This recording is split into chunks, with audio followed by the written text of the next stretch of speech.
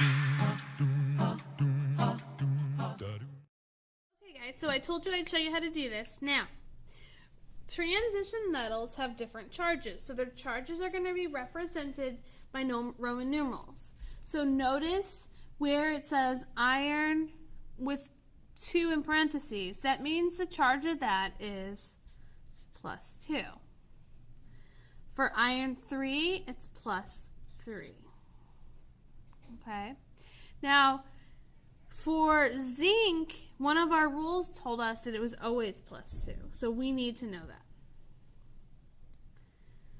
Okay. If it doesn't tell us, we just need to look at the periodic table and figure it out. So, for gallium's right here. If you look at the top right corner, it's going to tell you the charge.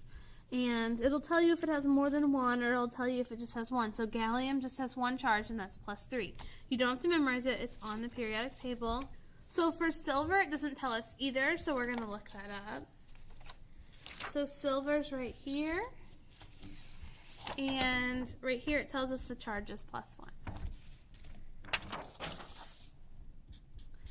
Lead, okay, so if you're rusty on your Roman numerals, you're going to need to know this, that 5 is V, and then I5 would be 4. If it was 5I, it would be 6, okay? So if you don't know that stuff, you need to go ahead and brush up on that. So what I'm going to do with you is I'm just going to do the first 2 rows. So we did the charges going across, now going down. Chloride, okay, this is just like before. Chloride is right here. It's -1.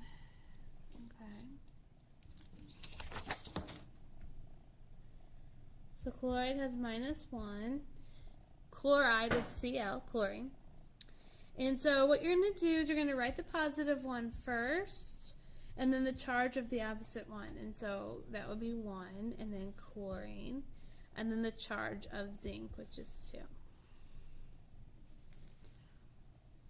For iron, iron is positive. We're going to write that first. The charge of chlorine is 1, so we're just going to have 1 of those, and then chlorine 2.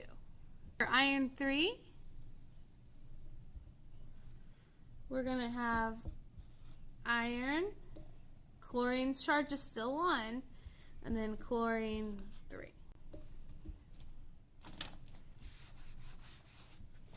For gallium, the charge of chlorine is 1, and then chlorine 3, because gallium's charge is 3. Silver is Ag, and the charges for chlorine is 1, so it's 1. And then silver charge is 1, so it's chlorine 1. So just AgCl. Lead is Pb. The charge of chlorine is 1. And then chlorine will be 4, because the charge of lead is 4. I'm going to do one more row with you, and then you're on your own.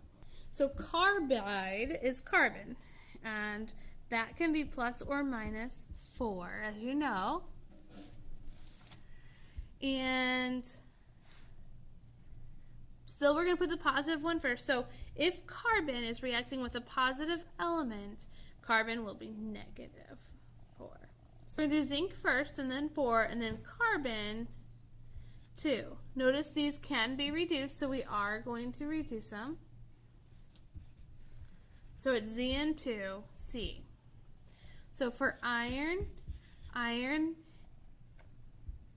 charge is 2, carbon's charge is 4.